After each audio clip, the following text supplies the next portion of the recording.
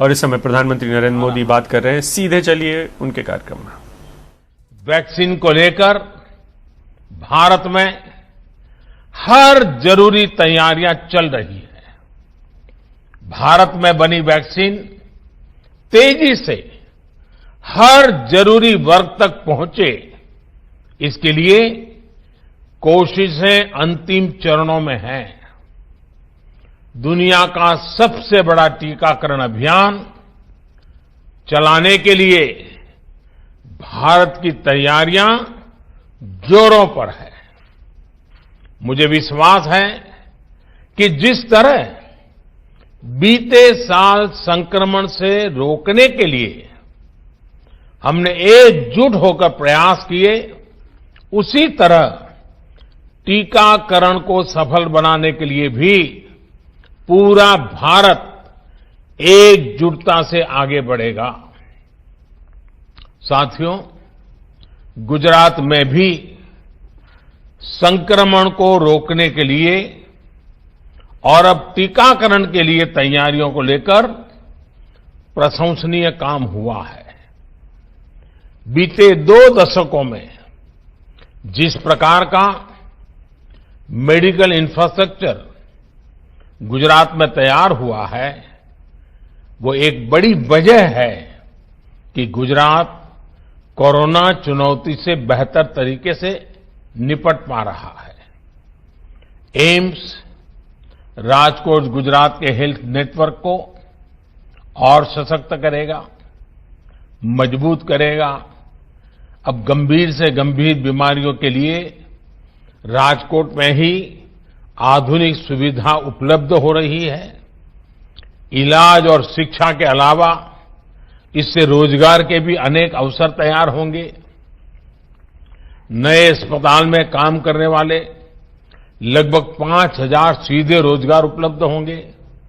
इसके साथ साथ रहन सहन, खाने पीने, ट्रांसपोर्ट, दूसरी मेडिकल सुविधाओं से जुड़े अनेक अप्रत्यक्ष रोजगार भी यहां बनेंगे।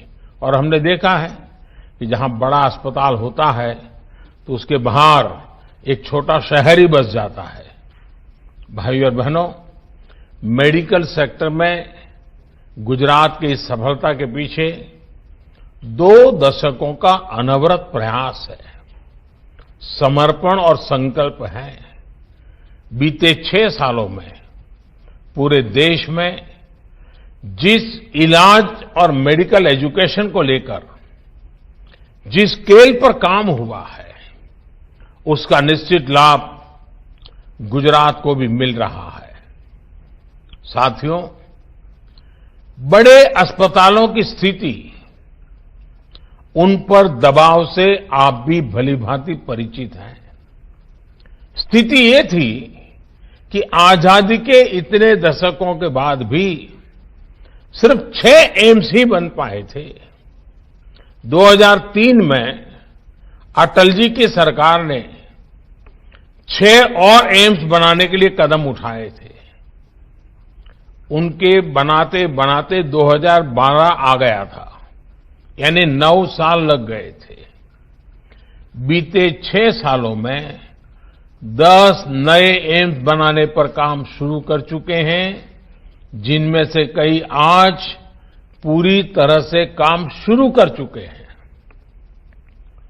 एम्स के साथ साथ देश में 20 एम्स जैसे ही सुपर स्पेशलिटी हॉस्पिटल्स का निर्माण भी किया जा रहा है। साथियों, साल 2014 से पहले हमारा हेल्थ सेक्टर अलग अलग दिशा में अलग अलग अप्रोच के साथ काम कर रहा था। प्राइमरी हेल्थ केयर का अपना सिस्टम था। गांवों में सुविधाएं न के बराबर थी। हमने हेल्थ सेक्टर में हॉस्पिटल होलिस्टिक तरीके से काम करना शुरू किया। हमने जहां एक तरफ प्रिवेंटिव केयर पर बल दिया, वहीं इलाज की आधुनिक सुविधाओं को भी प्राथमिकता दी। हमने जहां गरीब का इलाज पर होने वाला खर्च कम किया, वहीं इस बात पर भी जोर दिया कि डॉक्टरों की संख्या में तेजी से वृद्धि हो।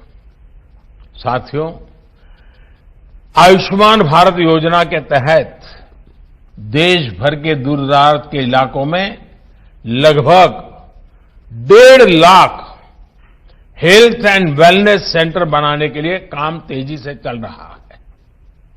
अभी तक इनमें से 50,000 सेंटर सेवा देना शुरू भी कर चुके हैं। लगभग 5,000 गुजरात में ही हैं। इस योजना से अब तक देश के करीब 1.5 करोड़ गरीबों को 5 लाख रुपए तक का मुफ्त इलाज मिला है। इस योजना ने गरीब भाई बहनों की कितनी बड़ी मदद की है, इसके लिए एक आंकड़ा मैं देश को बताना चाहता हूं। साथियों, आयुष्मान भारत योजना से गरीबों के लगभग 30,000 करोड़ रुपए से ज्यादा बचे हैं। 30,000 करोड़ रुपए। प्रधानमंत्री नरेंद्र मोदी वैसे तो एक शिलान्यास कार्यक्रम के लिए बोल रहे हैं, लेकिन उन्होंने साफ कर दिया है कि किस तरीके से हम अब जल्द ही वैक्सीन की शुरुआत कर रहे हैं, डॉक्टरों की संख्या किस तरीके से बढ़ाई जा रही है और किस तरीके से देश अब हेल्थ इंफ्रास्ट्रक्चर पर ध्यान दे रहा है। परेशानी हो,